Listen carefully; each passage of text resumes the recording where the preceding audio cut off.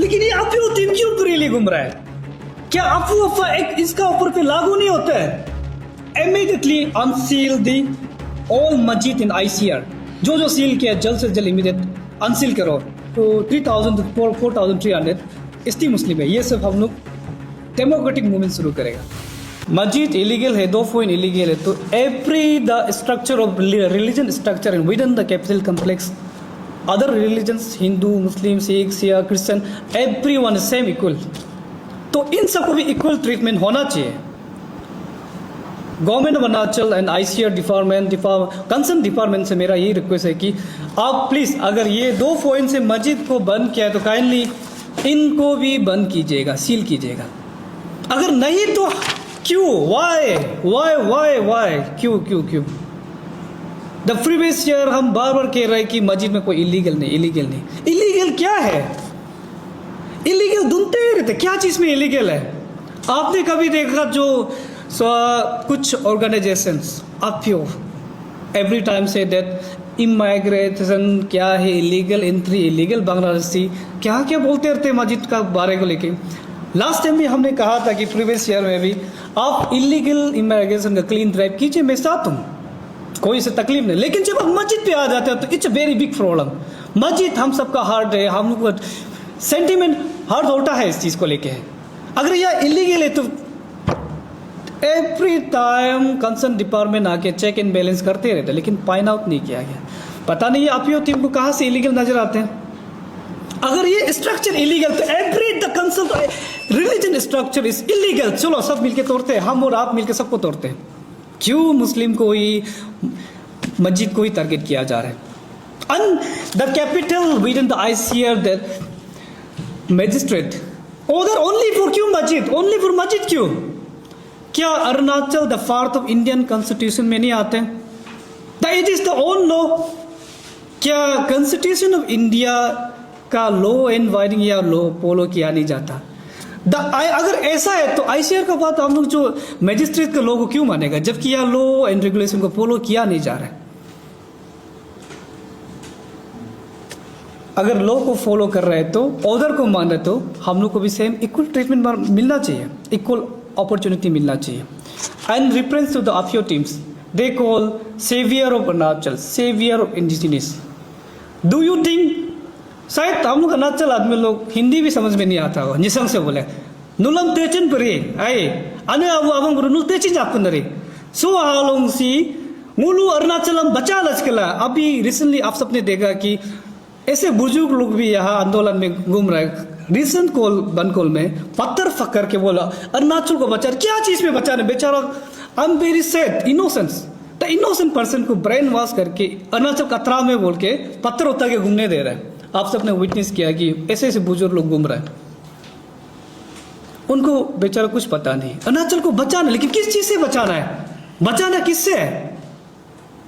The organisation से that illegal मस्जिद illegal, बार बार मैं लास्ट टाइम भी इसको मैंने ब्रीफ किया। इलीगल किसको कहते हैं? इलीगल एंट्री किसको है? The government of Arunachal, the honourable chief minister of Arunachal Pema Khandu sir ने कहा, उनका मैं रेफरेंस लेना चाहूँ, उन्होंने कहा है कि द इलीगल जो इमिग्रेशन हुआ है डिफॉल्ट है, लेकिन बांग्लादेशी नहीं मिला। जो इलीगल ILP का वैलिटर है उसको मूव किया जा रहा है। और ऑनरेबल चीफ मिनिस्टर ने ये भी कहा, उनका प्रेस स्टेटमेंट हमने सुना, उन्होंने ये भी कहा कि इलीगल किसको कहते हैं? जिस जमीन, किसी और का जमीन या गवर्नमेंट अलॉटमेंट जमीन को कोई छीन के जबरदस्ती करके लेते हैं तो वो इलीगल कहलाते हैं। लेकिन जो विलिंग से देता है, पेट एंड बिलीफ से डोनेशन देता है, कंट्रीब्यूशन करते हैं, या कोई आदमी दिया आप मेरा जगह को मस्जिद बनाओ, चर्चेस बनाओ, मंदिर बनाओ, को दिया तो वो इलीगल साबित नहीं होता। ये सीएम साहब का कहना है। लेकिन बार बार एक ऑर्गेनाइजेशन इलीगल होकर टारगेट किया जा रहा है, ऐसा क्यों? ये टीम, द टीम अफियो, they refer to the constitution of India, the rights and safety and protection of indigenous, refer करता है। वी आर मूवमेंट, हम लोग मूव कर रहा है, डेमोक्रेटिक मूवमेंट कर। क्या है डेमोक्रेटिक मूवमेंट? आज तक किसी ने अच्छा से मालूम भी नहीं होगा। बोलो आने आप चिया कुमाव मतलब जोगनक जोगलक abang aci cingku aneng cingku malang joknam joklok takle kle kle ban kol kle alang bang tal joker ज्यादा हुआ नोल चीजा परे। आपसे मैं ये कहूंगा कि यहाँ कोई मुस्लिम हिंदू से खतरा नहीं है, खतरा उन लोगों से है जो लोगों को भड़काव का काम करे, खतरा उनसे है। Authorisation of Arunachal, authorities Arunachal, department of police personal, आप सबसे मैं ये पूछना चाहूंगा कि अफवाह एक्ट का क्या हुआ, क्या हो गया अफवाह एक्ट को? अफवाह एक्ट जब से फॉर्मर डिप्टी कमिश्नर तालोपुतुम सर चला गया तो अफवाह एक्ट जो कि फ्रीज हो गया या वो गायब हो गया। लेकिन ये अफवाह एक्ट कब निकलता है? व्यूअर्स आप देखा होगा, जब भी कोई मूवमेंट करता है interest of people, interest of state, तो ये अफवाह एक्ट जो लागू होता है। रिसेंटली आप देखा होगा एसटी बचाओ आंदोलन, तना तमर जी, सोल दोदुम जी, ताऊ फोल जी और मिलो अम्बो जी, आप देखा होगा अफवाह एक्ट में उसको गिरफ्तार किया, अरेस्ट किया गया है। एक्ट अफवाह का एक्ट को 2014 वाला को यूज करके। लेकिन ये अफवाह टीम क्यों फ्रीली घूम रहा है? क्या अफवाह एक्ट इसका ऊपर पे लागू नहीं होता है? क्या आप लोग डिसाइड करेगा किसको अफवाह एक्ट लागू करना है, किसको नहीं करना है? Is the constitutional, is your own choosing किसको करना चाहिए, किसको ऊपर लागू नहीं करना। एंड दूसरा बात, एंटी रिलीजन एक्ट कहा गया, where is Indian constitution giving the anti religion act? ये एक्ट अफवाह लागू क्यों नहीं होता है? Why they did not impose the team Afyo and team other organ who the interference the religions activities, anti religion activities में क्यों डाला नहीं जाता है?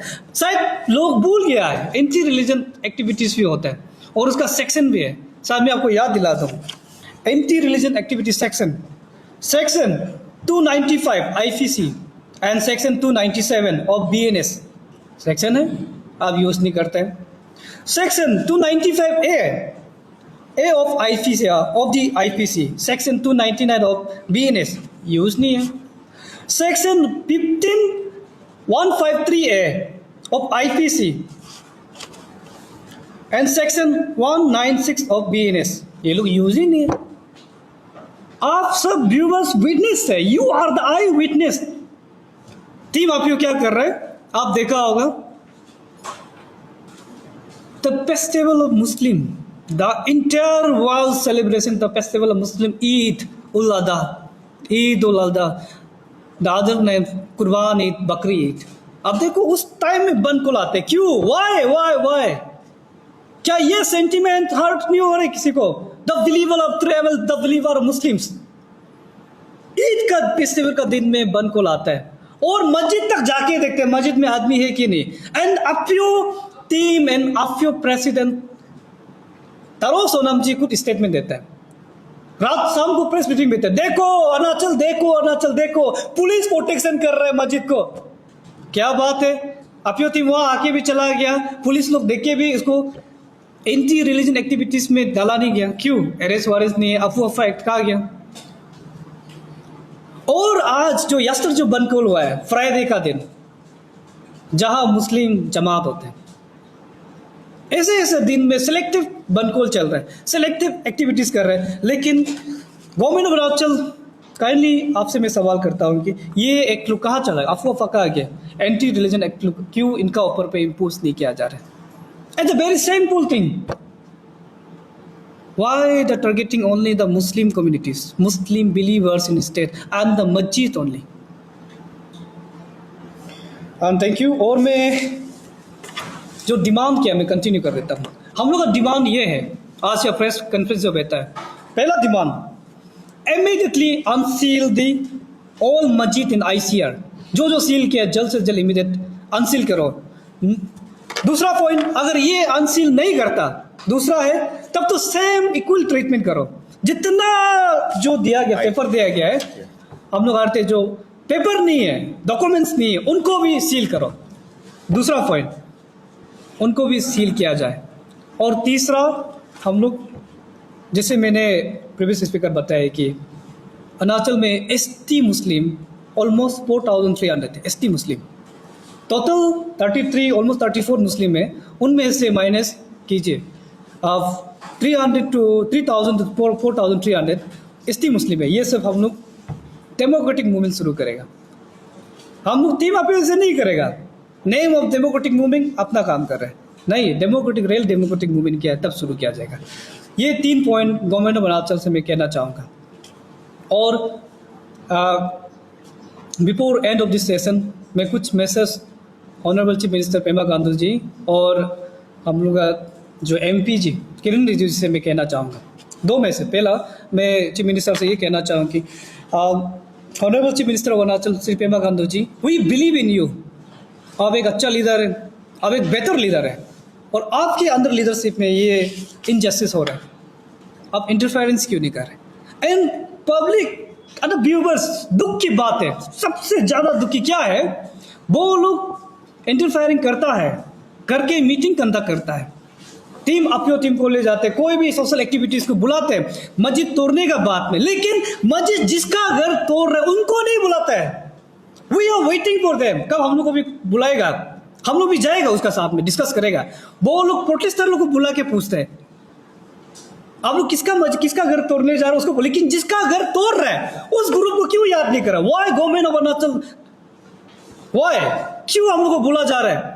आप मीटिंग कॉल करते हैं, ये एक्टिविज्म को लेके आते हैं, मीटिंग कंडक्ट करते हैं, लेकिन जिसका घर तोड़ने जा रहे हैं, जिसका घर को, जिसका ये प्रेयर सेंटर को, जिसका इबादत गाह को सील किया गया है, उस ग्रुप को क्यों मीटिंग में कॉल नहीं करते हैं? सिम सर, ये ज़्यादा ही टू मच इनजस्टिस हो गया, दिस आउट ऑफ फैशंस, ये हम लोग से आउट ऑफ फैशन हो गया। हम लोग को भी बुला के बात कीजिए, हम लोग का डॉक्यूमेंट क्या साथ में डिस्कस करते हैं, प्रोटेस्टर को आप साथ ले रहे तो हम लोग को भी लीजिए, क्योंकि जिसका घर तोड़ रहे उनको भी तो लेना जरूरी है। सिम सर, आपसे रिक्वेस्ट करना चाहूँ काइंडली नेक्स्ट मीटिंग में हम लोग को भी बुलाइए, मस्जिद कमेटी को भी, ताकि हम लोग भी अपना बात आपका सामने रख सकें।